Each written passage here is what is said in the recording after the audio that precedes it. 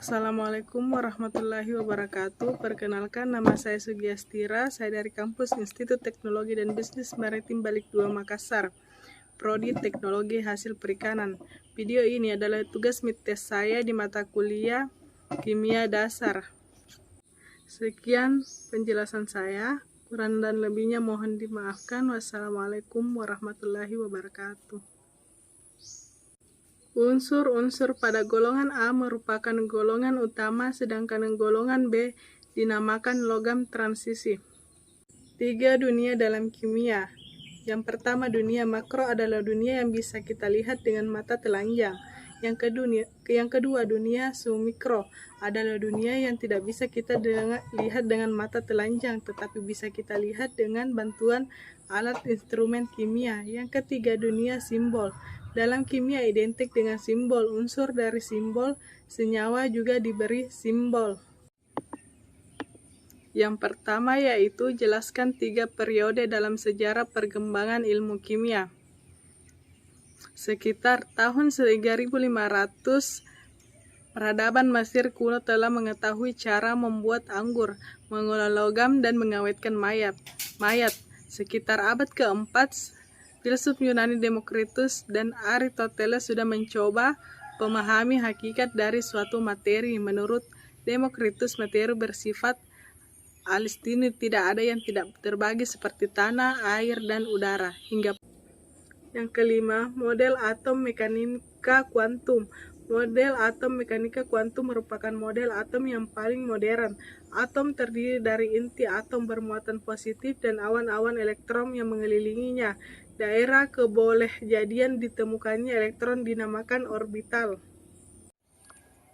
Yang pertama, hingga pada abad ke-8 lahirlah ilmu kimia pertama kali yang dikemukakan oleh Jabir bin Hayyan, menamakannya sebagai alkimia yang berarti perubahan materi. Yang kedua, selanjutnya pada abad ke-18 lahirlah kimia modern ketika ahli kimia dari Prancis Antoine Laurent Lavoisier melakukan serangkaian percobaan.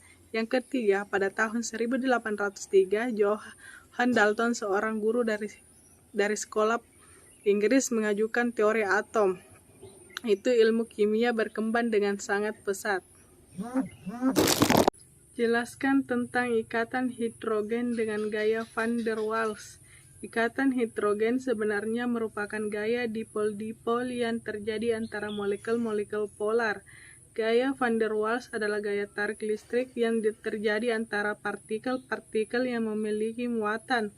Partikel-partikel dimaksud dapat berupa ion, molekul dipol permanen, atau dipol terinduksi. Jelaskan tentang ikatan ion dan ikatan kovalen. Ikatan ion terbentuk ketika salah satu atom menyumbang elektron dan menjadi ion positif, sementara unsur lain menerima elektron dan menjadi ion negatif. Ikatan kovalen terbentuk ketika elektron digunakan bersama dan dua atom yang berikat. Ikatan kovalen terbentuk antara dua atom unsur dan non-logam. Jelaskan tentang sistem periodik unsur, fungsi tabel, kolom, dan baris. Jelaskan tentang deret lantanida dengan golongan A dan golongan B. Sistem periodik unsur kimia adalah susunan unsur-unsur berdasarkan nomor atom yang kemiripan sifat-sifatnya. Dengan adanya tabel, kolom, dan baris kita bisa mengetahui nomor atom, konfigurasi elektron, dan sifat setiap unsur. Deret lantanida itu deret yang beranggotakan dengan nomor atom 57 sampai 70. Ke-14 unsur ini mempunyai sifat yang mirip dengan lantunan sehingga disebut deret lantanida. Deret aktinida, deret yang beranggotakan unsur dengan nomor atom 89 sampai 102. Ke-14 unsur ini mempunyai sifat mirip dengan actinium, deret lantanida, dan actinida. Ini terletak di dua baris bagian bawah.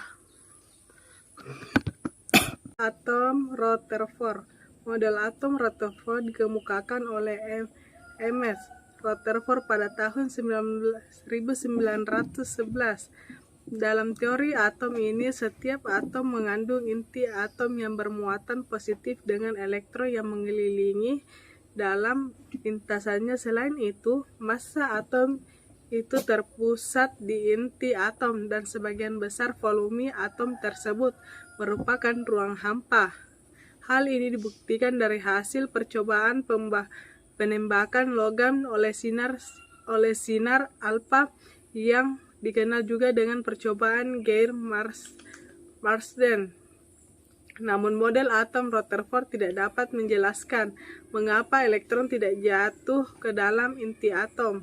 5. Jelaskan tentang pengertian stoikiometri, persamaan kimia, dan contohnya rumus molekul, rumus empiris.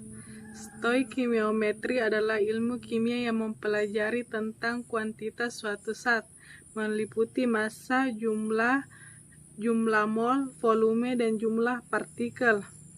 Persamaan reaksi kimia adalah pernyataan yang ditulis dengan rumus molekuler yang memberikan informasi identitas dan kuantitas zat-zat yang terlibat dalam suatu perubahan kimia ataupun fisika. Rumus molekul adalah rumus yang menunjukkan jumlah atom setiap unsur dalam senyawa. Rumus empiris adalah rumus yang memiliki perbandingan atom-atom paling sederhana dalam suatu senyawa. 4. Model atom Bohr. Model atom Bohr dicetuskan oleh Niels Bohr dan M.S. Rutherford pada tahun 1913.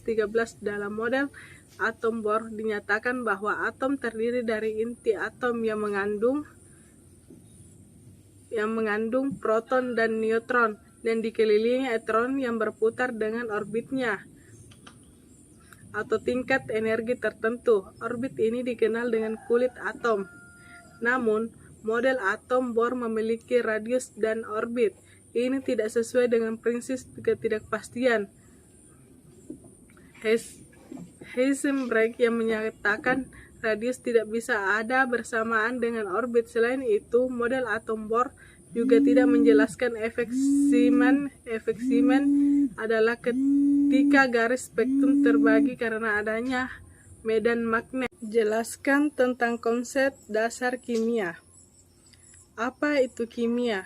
Di dalam kimia ada 3 aspek dan 3 dunia. 3 aspek dalam kimia. Yang pertama, struktur suatu zat. Struktur akan mempengaruhi sifat dari zat itu, dan di dalam kimia ada 2 jenis ikatan kimia yang sangat berbeda, yaitu ikatan ionik dan ikatan kovalen. Contoh senyawa ion yaitu garam dapur.